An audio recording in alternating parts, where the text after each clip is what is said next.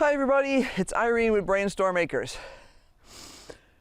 And today we're going to talk about how the current situation in the US has changed what we're doing.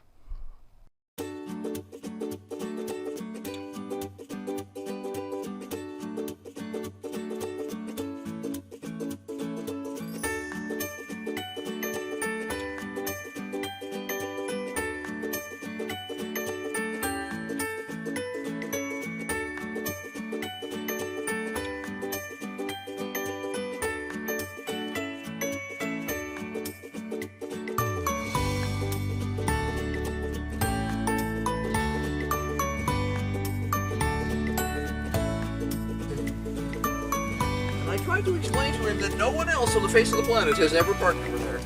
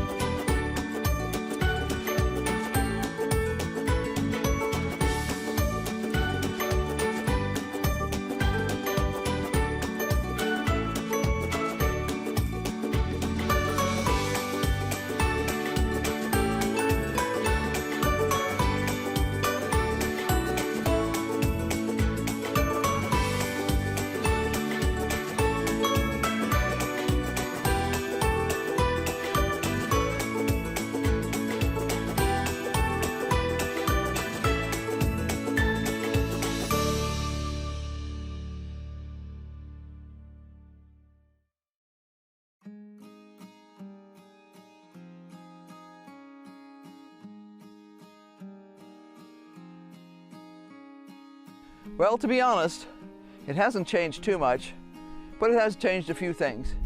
Basically, it's made us push some of our projects forward that we have been planning to do all along. Now, we still have the same limitations we always had. We don't have the cash to go out and buy gigantic things. We don't have the cash to buy a lot of plumbing fittings even. However, we are doing what we can with what we have. So, let's take a look. This tank on the back of the house right over there is our water collection tank off our roof. Now, it's not as big as we'd like it to be. I'll be the first one to say that, but it's sure a heck of a lot better than a stick in the eye. It collects, oh, I want to say 1,500. Yeah, if the tank is completely full, it'll do 1,550. Currently, we have a couple of sections of gutter on the roof.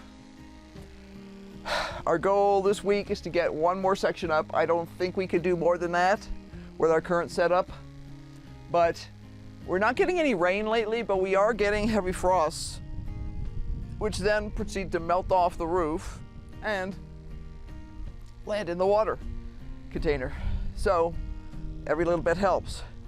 Now, another thing we've got going, you'll notice I'm actually pumping the water right now. We're pumping water into the greenhouse again. There's our little pump. And that, along with some hoses, allow us to pump the water up into our greenhouse into the storage tanks that we have in there. They're just rain barrels. We had 2 of them in there, and we'll go visit that in a few minutes and see what else we have in there now. This didn't used to be parked here. And what exactly is this? Well, this is something we've been thinking about for a while.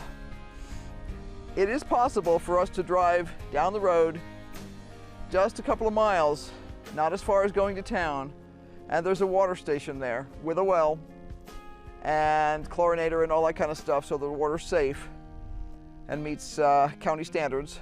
But we have just put a IBC tote on this trailer. Now it's not finished yet.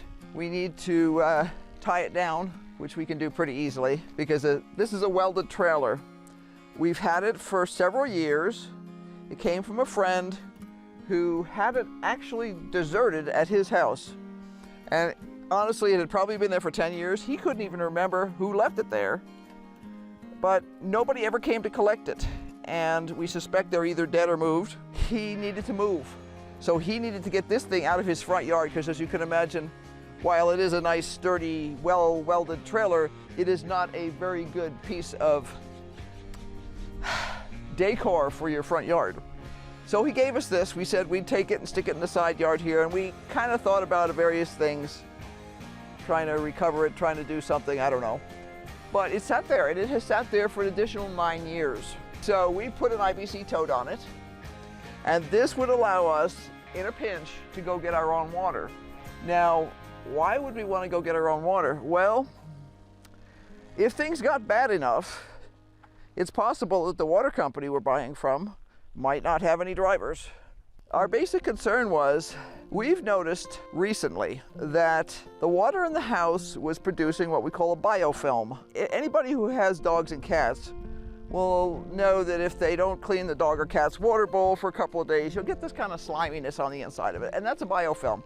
What that is where you've got a buildup of bacteria that's starting to grow on a surface.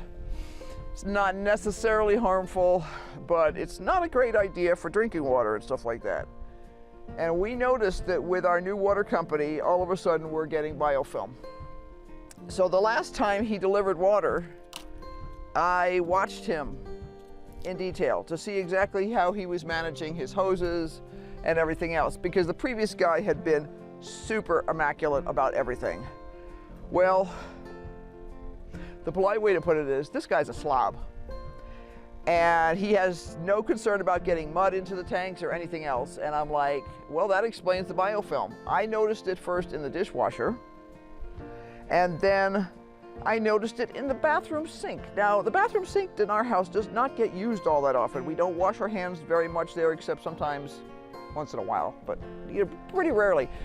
Hands are usually washed in either the pantry or the kitchen sink, because we usually come in through the kitchen door if we've been working in the garden, then you go straight to the kitchen sink. So for there to be biofilm growing in the bathroom, just from us brushing our teeth and maybe washing our hands once a day, that tells me our water system is no longer clean. Now, this is actually really relevant to people in a lot of ways. I know a lot of people in the homesteading community have an aversion to Clorox, but the fact is, Clorox can save your life. You can take a mud puddle, strain it through, that as long as it doesn't have chemical additives, strain it through a cloth to get out as much grit as you can, add a little bit of Clorox, and I mean a little bit, like, you know, like half a teaspoon per 10 gallons, and all of a sudden you have, let it sit for 10 or 15 minutes, and you have safe drinking water. Now, people don't like to think about that, but it's not a bad thing to think about. When you have a water system in a town that fails, they will often tell you not to drink the water. And they will tell you to drink the water not for just a day usually, but for a while. And they will sometimes make you tell you to run the water in your house to make sure everything's flushed out, things like that. And they'll put in extra chlorine and other chemicals to make sure that it's safe. Well, if you're on your own water system, we had somebody working for us years ago who started making noises about the fact that the water system in town was not clean and this and that and the other thing. And I knew he was living in an RV, and I asked him a very important question. When's the last time you cleaned your RV water system? And he got this sort of blank expression on his face because he hadn't thought about that. Lots of people don't think about the fact that if you are using an RV, you need to flush your water system. Now, how often you need to flush it will probably be determined by how clean your water is that's coming in. But especially if you're not 100% sure about the cleanliness, like when we used to travel from RV park to RV park, when we were on the road doing things with an RV, we flushed our water system pretty frequently. Now, flushing it doesn't mean a lot. You just put a little bit of Clorox into your tank. You do it based on the number of gallons in your tank. You run it through a little bit. You can smell Clorox in the water for a super brief period of time. It's gone within 24 hours because chlorine does not stay, it leaves. So the whole thing about, oh, they put chlorine in my water, I'm going to die from it. Only if you drown in it. Don't be afraid of chlorine.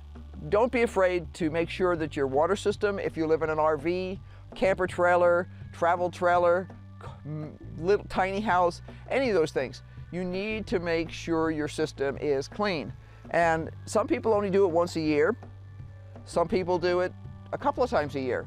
When we used to stop at an assortment of RV parks around the United States, we often did it more often than that, because even if the RV park was trying to be clean, that doesn't mean that everybody who used their equipment was clean. We have this as a backup. We hope we'll never need it, but it's there. So let's go up to the greenhouse. Now, I can guarantee one thing we have in the greenhouse is a very sad Jack, because he does not like to be left in the greenhouse by himself.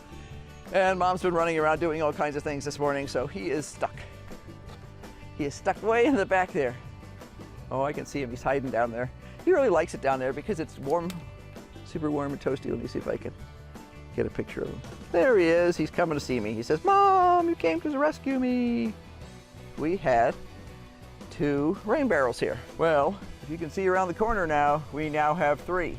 There was a little voice in the back of my head saying, I think we have one more rain barrel, or maybe some other clean, water-safe barrel that we could use. And sure enough, we did. We had one more rain barrel. It was stashed in our boneyard in the list of things to do when you get time. This week, I emptied out this water container, rain barrel. Just used up the water in it to the point where I could move it easily. Then I put down some new block, added more block to the area, and brought in that one, which has been sitting in the boneyard. I cleaned out the inside with a rag with some Clorox. It really wasn't particularly dirty. It had a little bit of rainwater in it, but I actually used the rainwater on the plants in here because there's nothing wrong with rainwater. Now, this water in here is not intended for use for drinking water. It is purely intended for watering all that wonderful green stuff down there. How are we doing here? Woo! We are up to here. That's awesome. I'm gonna fill this tank to the top. It's filling really nicely right now. And then I'm going to move it over to here and I'm gonna fill this. So until next time, have a great day. Be sure to hit that like button, subscribe, hit that notification bell so you can know what's happening. And take care. Bye.